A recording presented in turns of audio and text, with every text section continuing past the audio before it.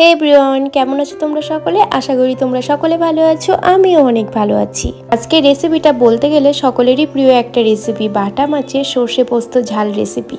একদম বিয়েবাড়ি স্টাইলের মতো করে আজকে বানাচ্ছি তোমাদের জন্য। সবার আগে মাছগুলোকে ফ্রাই করে তুলে রেখেছি, তারপরে দেখো মশলা রেডি করছি। মশলার মধ্যে দিচ্ছি পরিমাণ মতো পোস্ত, পরিমাণ মতো সাদা সর্ষে, পরিমাণ মতো জিরে, পরিমাণ মতো কালো সর্ষে, আর দিচ্ছি কাঁচা লঙ্কা পরিমাণ মতো। দিয়ে দেখো ভালো করে এবারে পেস্ট করে নেবো এটাকে। তো দেখো খুব সুন্দর করে কিন্তু আমি পেস্টটা করে নিয়েছি। চাইলে তোমরা এটা কিন্তু শিলনোড়ায় বেটে নিতে পারো। তারপরে দেখো এদিকে কড়াই বসিয়ে দিয়েছি, দিচ্ছি সর্ষের তেল বেশি পরিমাণে একটু। এই ধরনের রেসিপিগুলো একটু সর্ষের তেলটা বেশি পরিমাণেই লাগে, আর একদমই খাঁটি সর্ষের তেল ইউজ করতে হয়। তেল গরম হয়ে গেছে, প্রথমেই দেখো জিরে দিয়েছি ফোড়নে, তারপরে দেখো মশলাটাকে আমি অ্যাড করে দিলাম তেলের মধ্যে। কেমন লাগছে বলো তো? খাঁটি সর্ষের তেলের মধ্যে কিন্তু দেখো মশলা পড়ে গেছে। তারপরে হলুদ গুঁড়ো, নুন পরিমাণ মতো দিয়ে এবারে মশলাটাকে কষিয়ে নিচ্ছি।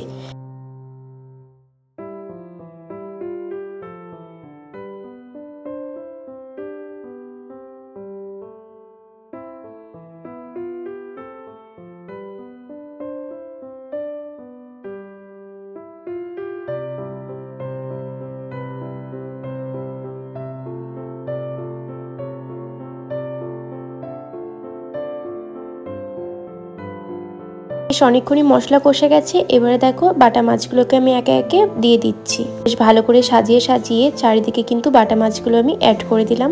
এবারে ভালো করে কিন্তু নাড়াচাড়া করে নিতে হবে একটু।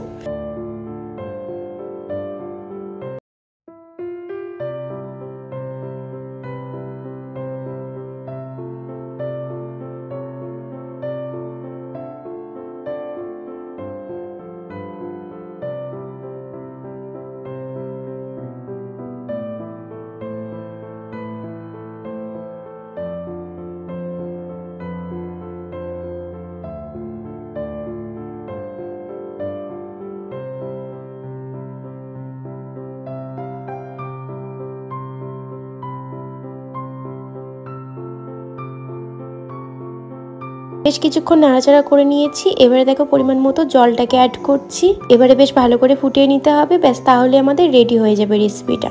একদমই কিন্তু ঝামেলা ছাড়া খুব ইজি ভাবে তৈরি করা হয় রেসিপিটাকে। আমরা খাওয়ার সময় ভাবি কিভাবে তৈরি করলো, কতই না কঠিন, কিন্তু না, একদমই না, খুবই সহজ একটা রেসিপি। তোমরা বাড়িতে এভাবে ট্রাই করো, দেখবে আশা করি ভালো লাগবে। তো ভালো করে ফুটিয়ে নিলে কিন্তু রেসিপিটা রেডি হয়ে যাবে। অনেকে এটা ঝোলঝোল খেতেও পছন্দ করে, অনেকে এটা গামাখা খেতেও পছন্দ করে। যদি বিয়েবাড়ি স্টাইলে খেতে চাও তাহলে কিন্তু ঝোলটা পুরোপুরি একটু শুকিয়ে নিও, ঠিক যেমন লাগছে এখন এমন। আর যদি বাড়ির স্টাইলে খেতে চাও তাহলে একটু ঝোলঝোল করেই খেতে পারো। তো দেখো আমার কিন্তু রেসিপি ফুল রেডি। কেমন লাগছে জানিও কমেন্টে, অবশ্যই তোমরা বাড়িতে বানিও। টাটা।